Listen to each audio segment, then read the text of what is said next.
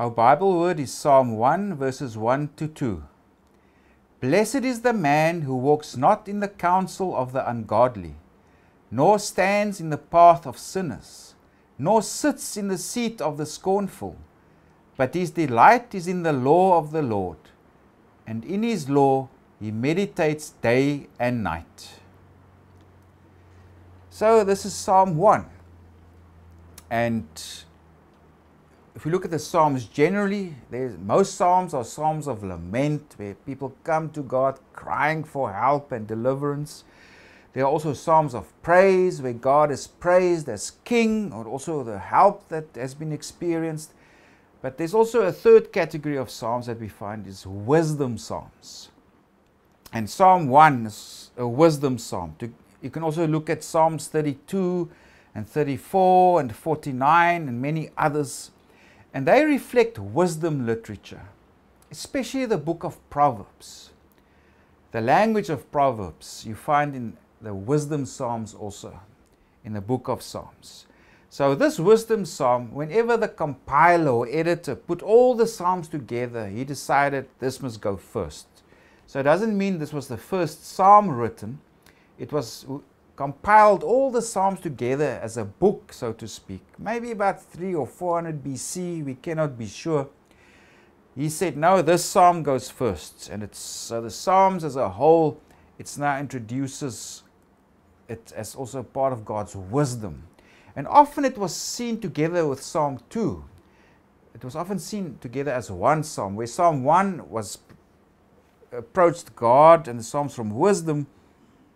Psalm 2 gives a prophetic approach, because Psalm 2 is more prophetic in nature. So this is a wisdom psalm. If you look at its structure, it's like the first 3 verses is about the solid foundation of the righteous, and then verses 4 to 5 is about the temporary nature of the wicked, and the last verse is about the contrast of the righteous and the wicked. So let's first look at the solid foundation of the righteous, verses 1 to 3. And it begins with a beatitude. So blessed or happy are those who are addressed. And first is, if we look at our Bible word, blessed is the man who walks not in the counsel of the ungodly, nor stands in the path of sinners, nor sits in the seat of the scornful. If we look at these 3 statements, they actually make synonymous statements. And it's also a typical thing you found in the book of Proverbs. If you go read the book of Proverbs, often you found the same thing said in 2 different ways. Yeah, it's the same thing that's said in 3 different ways. If you look there, blessed is the man who walks not in the counsel of the ungodly. Second way, nor stands in the path of the sinners. Thirdly, nor sits in the seat of the scornful. In other words, is they avoid evil company. They don't keep company with evil people. So it's just 3 different ways of saying the same thing. So that's the negative part of it. In other words, what they must not do. But now they do something positive, and that's verses 2. But his delight is in the law of the Lord, and in his law he meditates day and night. In other words, the law of God fills their heart with joy. They delight in it. It's what makes them happy. Now, of course, the word law, it's a bit misleading, because the Hebrew Torah, it actually means instruction. In other words, those that live by the instruction of the Lord. If they are, they take delight in it. In other words, the righteous take delight in the instruction of the Lord, which narrowly refers to the law, the first 5 books of Moses, but also whatever commandments and teachings God gives, they take delight in it. And very importantly, they also meditate on it. In other words, they make quiet time to think about God's instructions to them and what God expects of them.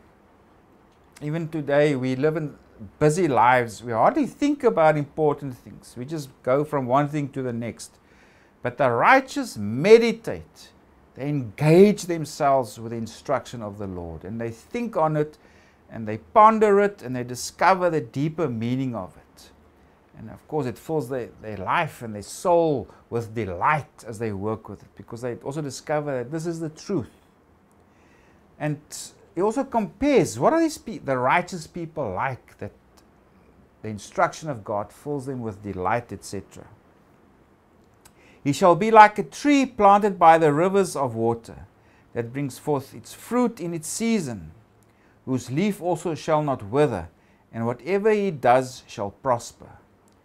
And here we're speaking of a natural consequence. If a tree is planted by waters, it will automatically flourish.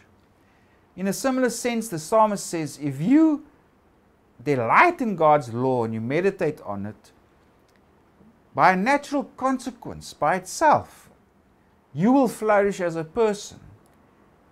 You will do good.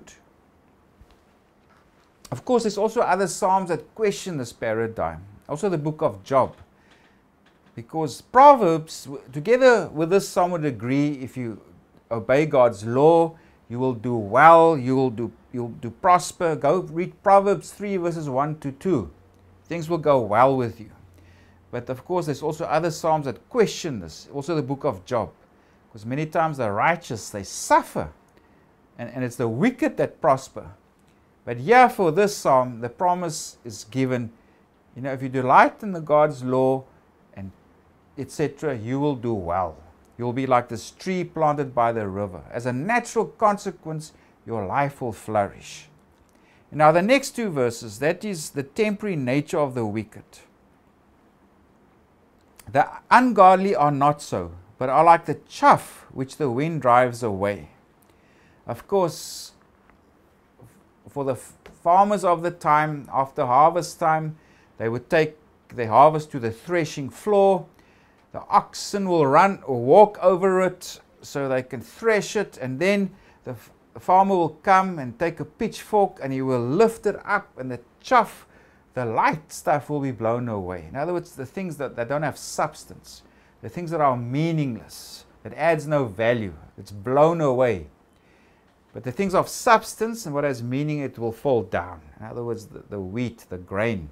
So the wicked are like this chaff. It will blow away in the wind because they don't have substance. It also says, therefore the ungodly shall not stand in the judgment, nor sinners in the congregation of the righteous. In other words, when it comes to important areas of human activity, for example, where judgments must be made, decisions must be made, that's the pursuit of justice. This is where the wicked have no place, because they can't give a righteous judgment. They lightweight, or they have no weight. They are of no consequence, because they like the chaff that's driven away. It's a people of substance. They are the ones who will make just decisions, and they are the ones who will make the important decisions, not the wicked ones. And then the last verse is about the contrast of the righteous and the wicked. For the Lord knows the way of the righteous, but the way of the ungodly shall perish. So it's another way of saying God knows the way. It's a way that will remain.